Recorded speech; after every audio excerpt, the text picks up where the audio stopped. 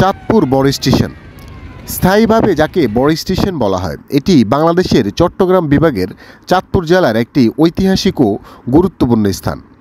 ১৯৯৫ সালের ১ জুলাই লাকসাম থেকে চাঁদপুর পর্যন্ত রেলপথ চালু হলে এই স্টেশনটি প্রতিষ্ঠিত হয়।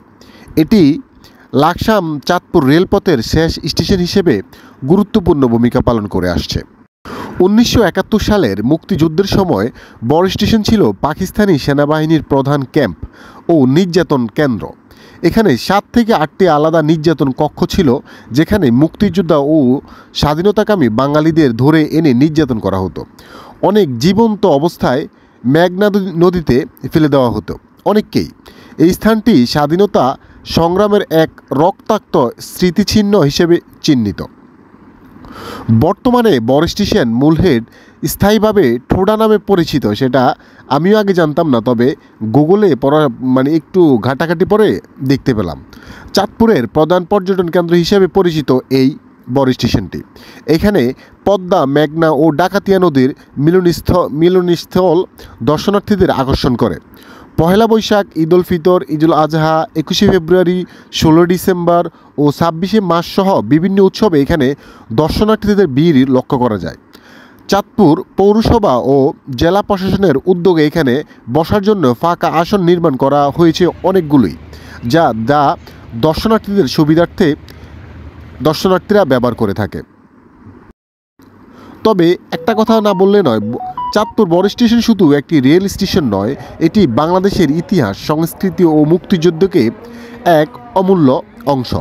এটি বর্তমানে চাঁদপুরের প্রাণকেন্দ্র হিসেবে গুরুত্বপূর্ণ ভূমিকা পালন করে আসছে। তবে বড় স্টেশনের মূল আকর্ষণের একটি বিষয় হচ্ছে নৌকা ভবন। বড় স্টেশন মূল হেড থেকে নৌকা ভবন শুরু করে বিভিন্ন নদীপথে যাত্রা করা যায়। এখানে স্থানীয় নৌকা চালকদের মাধ্যমে ভ্রমণ করা হয়, যারা নদীর গতিপথ ও পরিবেশ সম্পর্কে ভালোভাবে অবগত রয়েছেন। নদীপথে ভ্রমণ করে দর্শনার্থীরা নদীর সৌন্দর্য উপভোগ করতে পারেন।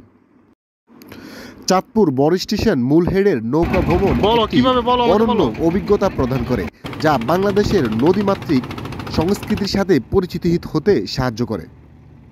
বড় স্টেশন মূল হেড থেকে নৌকা যাত্রা শুরু করলে দেখা যায় 3টি বড় নদীর মিলন, পদ্মা, মেঘনা ও ডাকাতিয়া।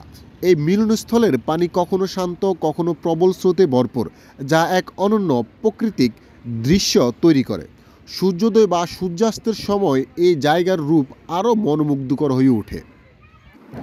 চাঁদপুরকে বলা হয় ইলিশের রাজধানী। নৌকা ভ্রমণের সময় মাঝে মধ্যে দেখা যায় স্থানীয় জেলেরা মাছ ধরেছে। মৌসুমে ভাগ্য ভালো থাকলে জেলের কাছ থেকে সরাসরি তাজা ইলিশ কেনার সুযোগও থাকে। অনেক ভ্রমণকারী নদীতে বসেই ইলিশ ভাজা বা রান্নার আয়োজন করে থাকেন। বড় স্টেশন থেকে বড় বড় ট্রলার বা ইঞ্জিন চালিত নৌকা ভাড়া করে মাঝ নদীতে পিকনিক, ছোটোখাটো অনুষ্ঠান বা বারবিকিউ পার্টির আয়োজন করা হয়। অনেক পরিবার বা বন্ধুবান্ধবদের দল এভাবে দিনভর নদীর বুকে আনন্দ করেন। এতে নদীর মাঝখান থেকেও নিরাপদভাবে সময় কাটানো সম্ভব হয়।